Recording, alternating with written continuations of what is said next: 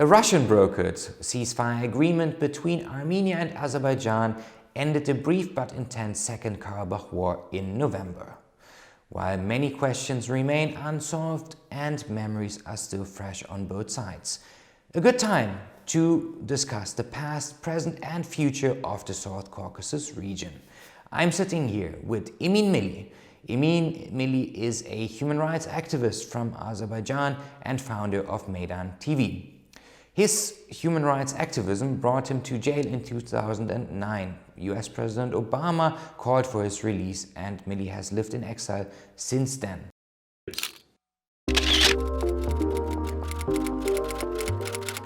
Mr. Milli, you were known as a staunch critic of President Aliyev, but during the recent conflict you suddenly seem to have turned into an ardent supporter of the Azerbaijani regime.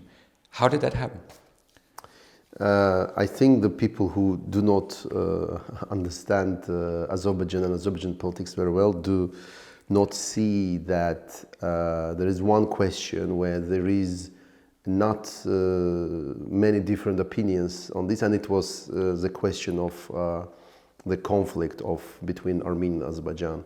So there is no really different opinion about how this conflict should have been solved. Of course, I personally and many others in Azerbaijan, and I'm sure in Armenia, wanted to see the peaceful solution of this conflict. But if you talk about the Azerbaijan politics, no matter you're in civil society, opposition, or in government, you saw this as occupied territories by Armenia, by Armenian armed forces. It is territory of Azerbaijan, international recognized territory of Azerbaijan. Nobody, not even Armenia, ever recognized Nagorno-Karabakh or Artsakh as independent country. So that's why there was no differences regarding how we look at this conflict. From the perspective of international law, this is a territory of Azerbaijan. And there is really no, I'm sorry to disappoint you, there is not another second opinion on this particular issue in Azerbaijan. And that's why it was seen as a support of the government, but it actually was a support of the position of people who live in Azerbaijan and of international law.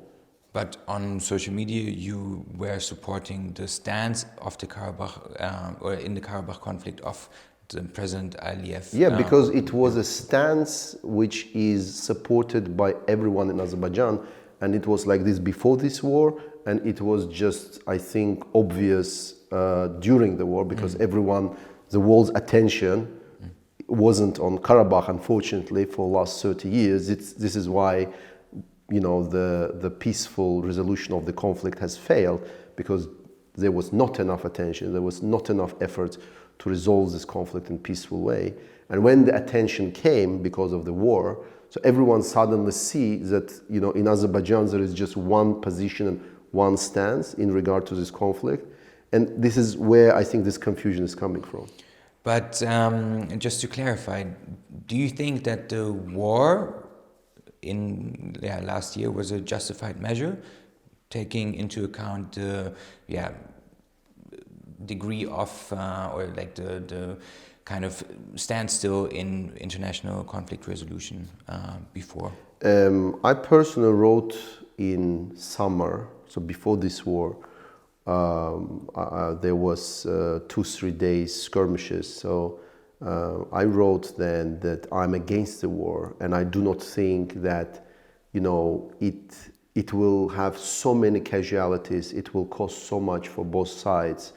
And we may not resolve the conflict even despite of going to the war, and Azerbaijan will not deal with Armenia, but we will deal with Armenia and Russia.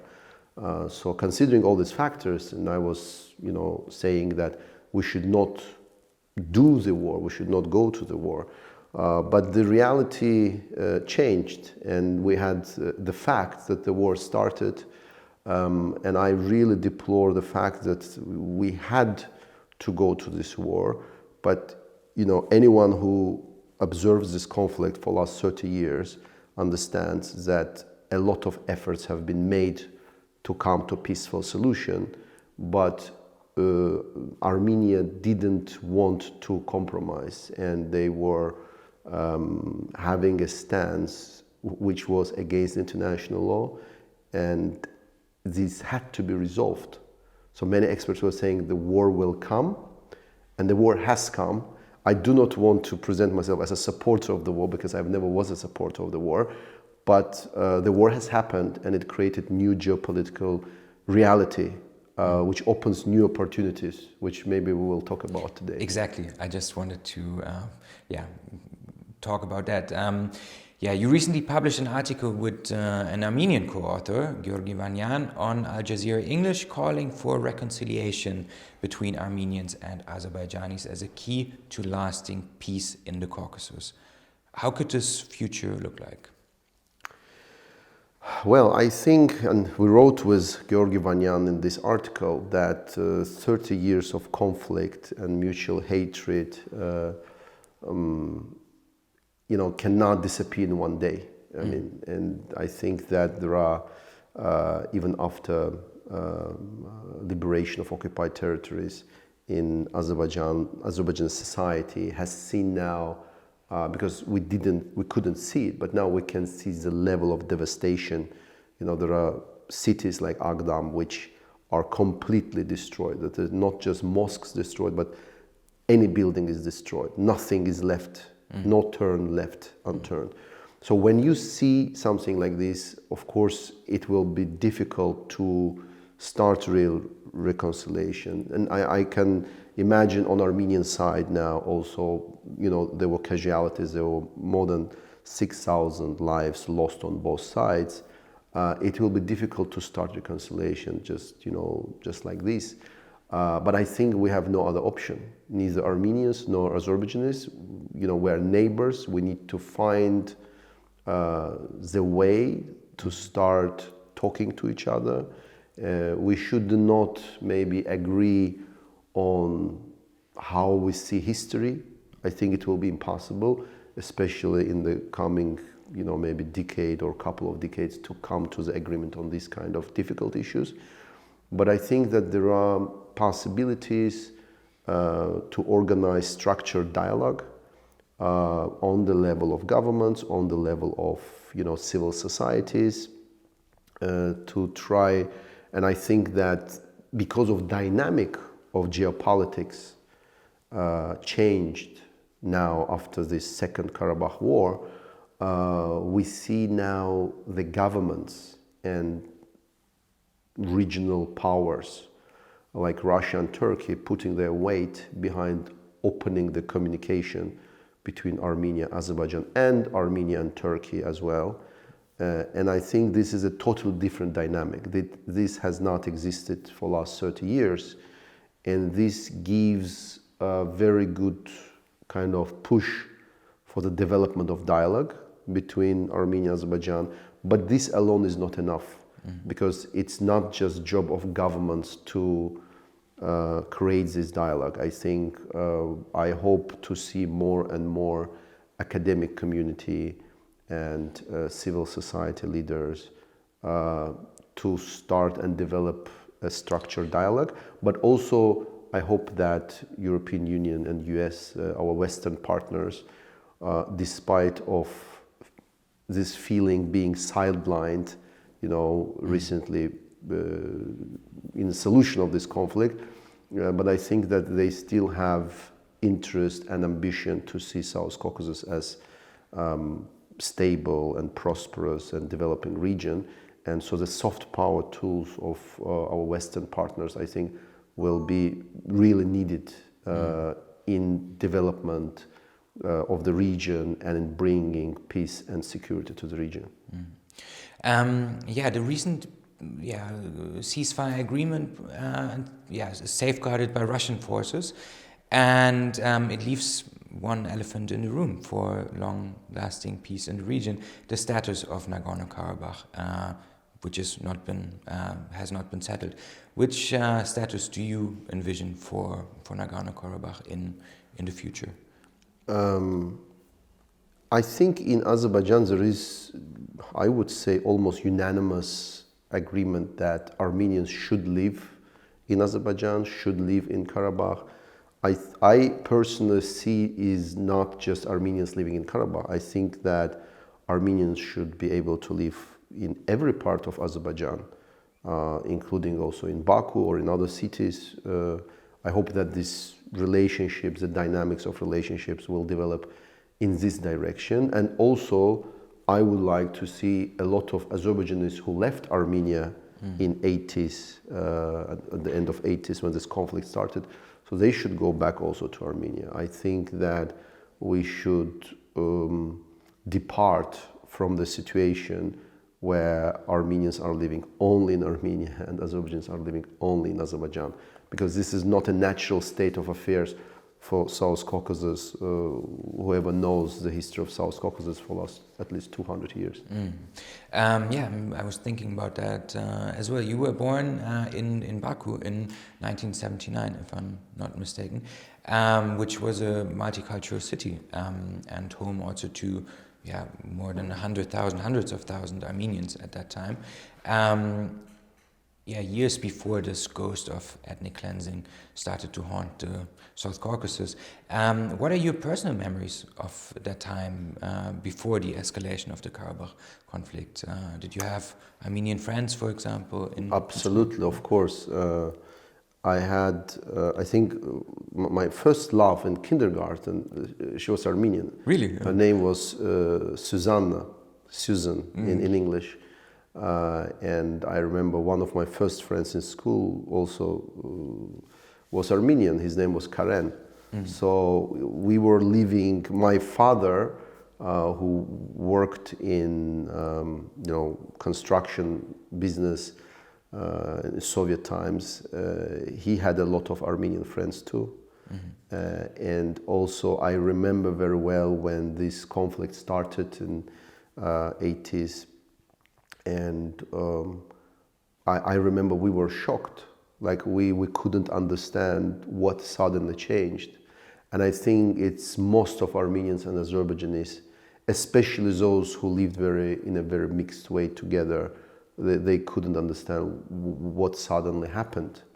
And I think, of course, it was, I see the fault in these nationalist ideas which were brought by several, thinkers, nationalist thinkers, politicians, on both sides, and then weakening Soviet Union couldn't resolve it. They didn't manage it right, and it all exploded. But for most of people, I think we lost from this conflict. Nobody won anything, and I think that from peace that we can all work on now, we all have something to win. So I hope now we can actually stop on accusing each other in who did what, but focus on now and on future opportunities that peace may bring to all of us. If I understood you correctly, the only acceptable future status of Nagorno-Karabakh for you is being part of Azerbaijan. There's nothing else that would be acceptable. I think that, it pains me that living in 21st century, we as Armenians and Azerbaijanis are stuck in this kind of, conundrum where we talk about piece of land. In my view, it is more important to develop, this Karabakh, like its infrastructure, from business perspective, from perspective of having higher quality of life for people who are going to live there, regardless if they are Armenians or Azerbaijanis or someone else. So this is where I think the potential, for future peace and understanding is. When it comes to the status of Karabakh, I think that, and I told you I've never hidden it, and I understand that many Armenians have maybe other opinion about it. But for me personally, the way I look at this conflict is, I understand that 2,000 years ago, 1,000 years ago, even 100 years ago, you know, borders have been drawn differently, and there have been different state entities on these territories. But I do not think that this is the basis for really redrawing the borders in the modern times. All of international community agrees that these are the borders between Armenia and Azerbaijan. And I think at some point, you know, two countries and two nations will have to accept it. And this is not some exclusive Azerbaijani opinion or exclusive opinion coming from Emin Milli. This is just international law, and this is international borders. But this is another thing which here I can, you know, empathize with a lot of Armenians, and I can understand their fears, and there are grievances, there are mutual grievances from history and fears that, of course, Azerbaijan should be able to provide a standard of living and environment where Armenians, but not just Armenians, anyone would feel safe to live there and to practice their language, their religion. So this is something else. This is where I think that we, you know, as Azerbaijanis should work a lot, but hopefully also together with Armenians, to develop the political system, economic system in Azerbaijan to the level where it will be very attractive for Armenians to live, you know, in Azerbaijan. You also recently wrote an article, asking or kind of encouraging Armenians to trust the government of Ilham Aliyev, that he's truly interested in reconciliation. Looking at recent atrocities on both sides, there was a lengthy report by Amnesty International accusing both sides of kind of harsh human rights violations, and there have been videos of decapitations of prisoners of war, for example, and we have interviews of President Aliyev calling Armenians terrorists and accusing them of cultural genocide. Why should Armenians trust President Aliyev that he has their good interests in mind? Well, so I wrote this article which you mentioned, again, that was my first article in Al Jazeera, where I was making argument that, you know, Azerbaijan is not a liberal democracy, and I was in jail in Azerbaijan myself as political prisoner. But then I also argued that in regard to how Azerbaijani government treats ethnic minorities or religious minorities is very different, because, you know, each government has track record, and this government also has a track record. Like there is Jewish community in Azerbaijan. There are, you know, this government has built churches, synagogues, you know, like, and so it is. I think we should differentiate here. We cannot just put, you know, everything is bad here, and there are no nuances. Yeah, but because I think I'm absolutely not questioning that there are constitutional rights for other minority communities, and also in theory for the Armenians. But of course, we have to look at these practical. I'm coming to it, but I just wanted to put it in the context. So this is when I wrote this article, and this is what it was in the middle of the war. When this article appeared, I was talking about. Also, there was a lot of talk. Even the leading experts on South Caucasus were talking about that there will be, Armenians were talking about second genocide coming, you know, in Karabakh, and leading Western experts were talking that Azerbaijan will now enter Khan Kendi and there will be massacre, you know, and Milosevic-style massacre. And I was against that, and I was saying that it is not possible because you know, you cannot compare Milosevic and Aliyev. You know, like I think that the rhetorics are different. I mean, Milosevic was never saying something like, you know, what Aliyev was saying, that we want Armenians to live in Karabakh and Azerbaijan. So we are, our war is not against Armenians. We want to reclaim our territory, and we want to free it from armed forces which have occupied, our territories and did ethnic cleansing of 1 million Azerbaijanis. And that was a nuance that was lost.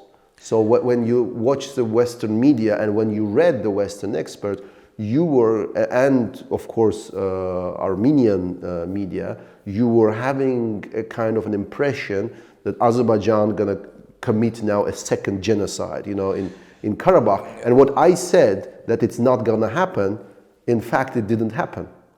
Yeah, it did not happen. Yeah. And no, but at that point I was under huge attack, including by some of the leading Western experts who were saying no, we cannot trust, it's not going to happen. So this is the context. When it comes to what kind of language, animosity language exists between Armenian and Azerbaijan politicians, look, this existed for 30 years, okay? And to expect that this will change in one day is impossible. And I think that there is inertia on both sides that will continue. But my argument was that Azerbaijan as a state or society has no intention, for example, as it's sometimes presented in, of course, Armenian media, but also in some Western media as well, that there is a kind of idea to destroy everything that has, Armenian name on it, humans or cultural heritage or etc. There is no such policy. And I still stand behind my arguments and thoughts that there is no such state policy, and this is not supported by absolute majority of Azerbaijanis, including Azerbaijani government, Azerbaijan opposition, and Azerbaijan civil society. So you would say that Armenians could fully trust the regime of... No, I wrote just recently, a couple of, actually the day before yesterday, I think it was published, the article in Al Jazeera, where I'm saying you cannot forget, in one day what happened, for last 30 years. But again, I think that it will be easy, it will be difficult to change the language, we have been talking to each other, to stop accusing each other and proving each other that, we were right on this or we are right on this. This will not bring us anywhere, We will need time, both Armenians and Azerbaijanis, to heal our wounds. We will need courage, and we will need some maybe inspiration, maybe support to move beyond, where we were yesterday. We have to look at where we are now, and we need to start thinking and building common future. What can when we talk about the Armenians of Karabakh there, of course the question is what can the Azerbaijani side offer this community in order to feel safe and protected in Azerbaijan? We have the memory, of course, of the recent conflict. We have also, of course, the level of cultural heritage protection. It is absolutely correct that there are Armenian churches in Azerbaijan, but as you know, most ancient Armenian heritage sites in Azerbaijan are only preserved as Caucasian Albanian, for example. If we look at the Khachkars in Jolfa, for example, in Nakhchivan, which have been most likely independent observers who were not allowed to be on site, but most likely have been destroyed by the Azerbaijani authorities. To what extent do you really feel that Armenians can feel safe and secure that their cultural heritage is being respected and secured and safeguarded in Azerbaijan? I think that both communities are coming with their grievances that, our cities have been destroyed, our cultural heritage has been destroyed, people have been killed. So it exists on both sides. And what we have to do, in my view, is we need to, again, plan structured dialogue on political, academic, and civil society levels, and on people-to-people level as well, where we will try to come to some agreement and to brainstorm some ideas about how can we live together, what should we do to start trusting each other, because it's not going to be an easy process. And I think that by bringing grievances from the past and just focusing on that, we won't be able to move forward. What we can do, I think, is, in my view, like you mentioned, some of the war crimes which mutually happened, and international organizations made report about this. I think a very good point would be starting punishing, so Armenians could, punish those Armenians who were killing or mistreating, Azerbaijanis. We can say, during this war in Khojaly, the same. So there was, for example, Azerbaijan authorities started investigation into mistreatment of prisoners of war and the mistreatment of dead corpses of Armenian soldiers. So it is a first very fragile step in the right direction, and I think that this is the right way. So there should be transitional justice, there should be cases where both Armenian side and Azerbaijan side will punish the war criminals. We can also organize events, meetings, where maybe older generation people who lived in Armenia, Azerbaijan, could go back to their places where they lived, meet their neighbors, start, this dialogue. It could start digital now because of COVID and everything, but maybe soon when, COVID madness is gone, we can do it physically. So this should be a very careful, very slow, but unstoppable process. And again, I don't just see any use of, because we all have done it, I have done it myself, and everyone I know almost, on Azerbaijan, the Armenian side, because it's very easy to slip in that kind of very known role of accusing the other side. But I personally, the more I thought about it, I think that this will bring us to nowhere. This will bring us to nowhere. We need to start again this structured dialogue between intellectuals, between academicians, political elite, and civil society, and even on people level, start trying to get out of this trap of just thinking that we only killed each other, destroyed each other's cultural heritage. Because if we keep just staying there, we're not going to move anywhere. But that's why exactly I was asking you to. I mean, as much as I see that you have starting this process of not only looking at the other side, but also looking and reflecting the own position in this.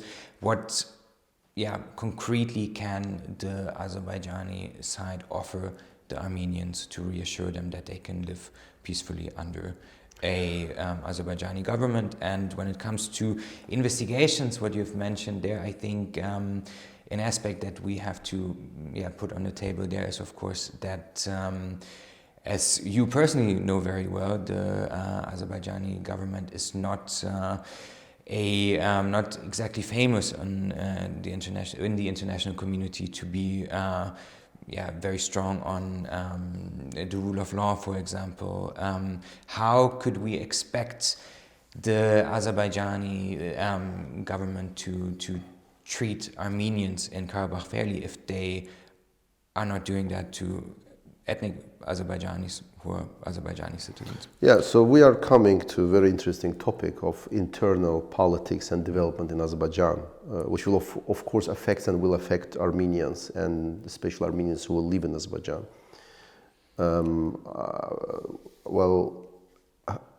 We need to see more economic and political reforms in Azerbaijan. And Azerbaijan was an oil and gas country for, since 90s. We had a period where Azerbaijan's state budget was, in 2013, $27 billion. So you understand the situation. In 1993, Azerbaijan's state budget was just $300 million. So you had a huge kind of change in Azerbaijani politics, which the oil curse is a term and a concept which no matter where maybe if it's Norway because it had institutions before they found oil, democratic institutions, but in Azerbaijan the oil created a dynamic which basically made this gap between government and the people, where government did not depend really on the people, it had oil money. So in 2014, when oil prices started to fall, you could see that Azerbaijani government started to make efforts to do reforms, to do more reforms. And we still have debates in Azerbaijan if you can call this reforms or this is more optimization of the system. But you could see that they started making genuine efforts to upgrade the economic system but also political system. Since 2013, when the state budget was $27 billion, now you came to a situation that this year budget is about $12 billion, 12 billion euros. And you can see that the pressure on government to do reforms is growing, because now, for example, this year about 10% of this 12 billion euro state budget revenues will be spent on paying the foreign debts of Azerbaijan. You have another couple of $1 billion which Azerbaijan will spend on reconstruction and rebuilding of Karabakh. This is the money that has not been considered actually in the last year. So it's additional pressure on state budget. The last year, this year, the oil fund started to spend twice more money, on Azerbaijan economy, on paying some bills that Azerbaijan had to pay than it was earning. So midterm, even despite these new gas projects, gas pipelines that now help Azerbaijani gas and Central Asian gas to reach Europe, even despite this, the oil and gas industry in Azerbaijan will shrink. And this creates a different dynamics for possibilities to reform. But also the fact that Azerbaijan had military victory, which I know some people say that now Azerbaijan will become more authoritarian. I know it's could be a legitimate assumption, but I think that if we look at internal dynamics of politics in Azerbaijan, I would say that quite the opposite could be true. This pressure that is coming on the government, economically, plus the expectation of, you have to understand that, so what Ilham Aliyev did as a political leader in the last 200 years, no other Azerbaijani leader has delivered. So which gives him, which nobody expected from him really, like it was quite also unexpected for Azerbaijan. And this, of course, increased his legitimacy and support within Azerbaijan to the levels that he never enjoyed, and no other politician, even his father, never enjoyed. And this gives him also confidence. I remember you gave an interview, I think, to Frankfurter Rundschau in 2012, where the first and foremost issue that you identified with regards to Azerbaijan was the status of Karabakh. So Yeah, now it that wasn't. this has been solved, which legitimacy has the Aliyev regime in your eyes? It was not just me. It's widely known that the Azerbaijani government has been always criticized by opposition and civil society on two fronts. One was Karabakh, occupied territories, that you are not able to reclaim, the international recognized territories of Azerbaijan and liberate occupied territories. And second, of course, the social, economic, corruption issues and governance issues. So yes, this changed the dynamics, and it gives, in my view, President Aliyev confidence to do reforms that he maybe previously wasn't really able to do. Because from outside, when you look at a country like Azerbaijan, you have an idea that one man is in charge and he makes all the decisions. But it's never like that. Anyone who was in management or leadership position, no matter how much power you have, you understand that you always have, people in your team that you depend on, or your allies you depend on. So he is the same. I think and you could even see now in rhetoric of Aliyev, like recently, for the first time ever, I saw him criticizing not just one, but several ministers, and really, not just criticizing, but even mocking them. And I think this has never been the case before, and it comes from this confidence, because before, I think certain ministers or oligarchs, they were also the way to recruit certain social groups, or or satisfy them, or get their support through them, through patronage networks. But now Aliyev has a direct communication to the people. Like you could see when his communication style changed. He started talking in a language that people understand and like. He's less elitistic and more like kind of close to people. So he enjoys this new status he has, and as I said, yes, it could go one way, which some experts say Azerbaijan could become more authoritarian, but I also think that it could go the other way. It could go, considering also the pressure that comes from economy, from reclaiming these territories. Azerbaijan will have to spend in next 5 years at least $30 billion to rebuild, reconstruct roads, buildings, like everything in Karabakh, in these newly, recently liberated territories. $30 billion, where it will come from? Like, Azerbaijan will have to make finally painful reforms in the economy, in liberalization of economy, even if it may be partial, because without this, I don't see how Azerbaijan will be able to go the path of democratization, and I think that democratization is not coming always just from the idea of people in power that we want democracy, or just people wanting democracy. Sometimes there are certain factors, bigger than all of us, that just force the country to go in a certain way. So I think this new dynamics, I hope, will put more pressure on the government to go the path which also many Armenians who will live in Azerbaijan, but also Armenians living in Armenia, will benefit from.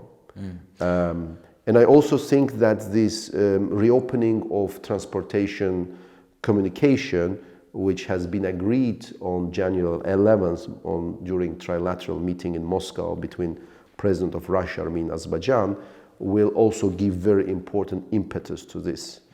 So the opening is there, it is happening, and I know it's very difficult for Armenian society and for Armenian political elite to accept and participate and support at the moment, but I really hope that later this year and next year we will really start seeing different dynamics, because again, you have today Russia and Turkey, and I understand that there is some flaws in the rhetorics of Aliyev or Erdogan, or that nobody likes here in the West, that Putin and Russia comes in and kind of solves in a way the problem in their own way.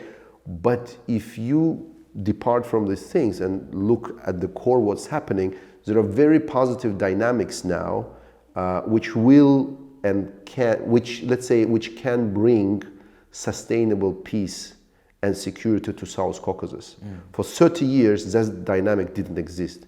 Now, things starts to move, and I think we all need to be ready not to think in old categories, what was in the past, but really to, take the opportunity in our hands and seize these opportunities and really use them and be active in using them. And there are already quite a lot of talks on potential border opening between Armenia and Turkey, for example. What would you make out of that? Well, I think that it will happen. I mean, from what I understand, I mean, and you can see it, I think there was the Armenian government representatives made statements like, there is now no reason for Turkey not to open the border with Armenia. And I think also Erdogan's statements, but also his other representatives of Turkish government, I think it all goes in this direction. I think that, but I think that we should not, I am supporting a total, opening of communication and dialogue, with Armenian society, with Armenia and Armenians in Karabakh, but Armenians at large. And I think we should organize a structured dialogue because it will be very difficult at the very beginning to start this. But I already see a lot of voices of reason in Armenian society, in Armenian global society, and in Azerbaijani global society, who can help each other to start navigate, especially at the beginning, where still this language of animosity, these mutual accusations are dominating the public space, public discourse. But I think if we find the right people and put them at tables together, and maybe not for public, but behind them in the closed doors, slowly start discussing exactly as you asked me, what is it that Azerbaijanis can do for Armenians so they can feel safer? Where Azerbaijanis should show empathy to Armenians, where they could feel like, maybe actually we're all humans and we can understand each other and we can at least understand each other's pain. Let's start with that. But to answer really these questions in details, it would be very difficult for me because we didn't have this, open and honest dialogue for quite a long time. Even if we had the dialogue, we didn't have open and honest dialogue. So now maybe is the time in where we can sit and discuss together what are these things, what Azerbaijanis, what Armenians could do for Azerbaijanis. I think it's never one or the other way. It is a mutual way, and because we never had it really, at least for the last 30 years, now we will have to start it, and we will need to start it with the right people, in the right formats, and it should be done very, very carefully, because, as I said, absolute majority of Armenians and Azerbaijanis, unfortunately, are not ready for this right now. Talking about democracy in Azerbaijan, I think that's also part of history that is often overlooked. The rather proud history of democracy in Azerbaijan when we look into the interwar period between the First and Second World War. For a brief time there was a democratic government or the history of democracy in Azerbaijan in place. Do you think, is it realistic to build on this heritage in the intermediate future in Azerbaijan? As I told you, I think that the dynamics of structural factors in Azerbaijan will move Azerbaijan in that direction. It will not happen overnight. It will happen very slowly. But I think first there are already pressures to change economic system in Azerbaijan. And this economic liberalization gradually will lead to democratization. The structure of Azerbaijan economy, midterm, long term, will change. The structure of world economy is changing. You know, by 2050 in Germany, the 80% of all energy consumed is planned, to come from alternative energy sources. Yes, but that's the sphere of economics. When we talk about the political sphere, which I'm talking about now, we have to think about, for example, the recent Freedom House Index on Freedom of the World 2020 listed Azerbaijan as one of the 20 countries with the steepest increase in authoritarian tendencies in the world. So the tendencies of move to more democratization in the political sphere is still a far shot from now. Would you? Well, as I said, I think that economy very often defines the political system. And the political... Is that still the case in the 21st century? Sorry? Is that still the case in the 21st century if we look at China? Yeah, the concepts of oil... The Gulf countries, for example. Yeah, look at almost every country that has oil. What kind of political system does that country have? With the exception of Norway, of course. Again, as I said, because they had democratic institutions before oil came. So if you look, there are scientists who researched this, before us, and they all agreed that oil creates certain dynamic in politics. That, in my view, now, as I told you, is changing in Azerbaijan. So with the change of economy, with the change of the structure of economy in Azerbaijan, with the ongoing liberalization of economy, which I think, the pressures that I described you, they will lead Azerbaijan in that direction. So I think I'm hopeful that Azerbaijan will change, but again, it's not going to happen in one day. It's not going to happen immediately. We have seen that,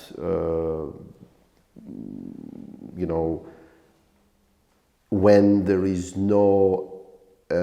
when the elite is not diverse, when the economic decentralization and is not widespread, when everything is very centralized, that is not conducive environment for development of democracy. And only with change of that, structure of these structural conditions, there will be more and more opening for democratic development in Azerbaijan. So we've been speaking quite a lot about reconciliation today. If we take this maybe to a personal level, what would be the necessary conditions in Azerbaijan for you to return and take a very active role in this potential political liberalization process that you are hoping for? Well, you know that 2 years ago I left Meydan TV, and I was living my Zen moment, doing really nothing and getting back all my energy, which I spent on building Meydan TV. I personally take things very slow. I think that I would like to continue to work for now from here, from Berlin. Especially we started some new initiative with our friends, trying to help the West and Azerbaijan to create some bridges and to work on, I think, misunderstanding, miscommunication, which was so obvious, especially during the war. We could see that from Azerbaijani perspective, it didn't matter you are representing government, opposition, or civil society. We could see that very often Azerbaijani voices are just missing in media rooms, in academia, in all kind of political discussions and forums where we had, Armenian speakers, guests, and with American, European moderators discussing developments in South Caucasus, in Azerbaijan, Armenia, but without Azerbaijanis. There were also a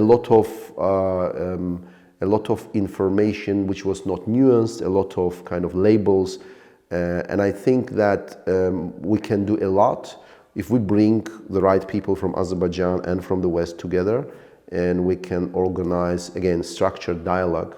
I'm not saying that everyone will agree on everything, but I think that we can improve the quality of this dialogue. We can help develop certain projects that will help to mutual understanding, development, and deepening of relationships on various levels: governments, civil society, media, businesses, and I think that for me personally, like participating modestly in this process here from Berlin and observing the changing dynamics of politics in Azerbaijan would be like immediate first step to do something positive, but also to observe and to contribute as much as I can to this process of development of relationships between the West and Azerbaijan, because it also will have impact on internal politics in Azerbaijan. And I think liberalization in Azerbaijan, it will take time. It's not going to happen overnight. I don't think that reforms and the pressures on the economy that I was talking about, that in my view will lead to economic reforms and later to political liberalization. It will take time. So yes, I see myself one day going back to Azerbaijan, but maybe not tomorrow. And if working or kind of building on that, if there was, if you were offered to play a constructive role in a more technocratic government in Baku, hypothetically, what would be the conditions for you to accept? I have never seen myself in the government, and that has not changed. So I'm not interested in let's say in that kind of a job. So where I'm good at is being outside of the government, but then influencing the government, the policies, and hopefully the improvement of relationship between Azerbaijan and the West. This is where I feel myself more comfortable, and this is where I have my networks, connections, knowledge. I think can help, but not a government job. That's not what I ever desired or desire now. And are you positive that in 5 years from now you'll be able to be back in Baku?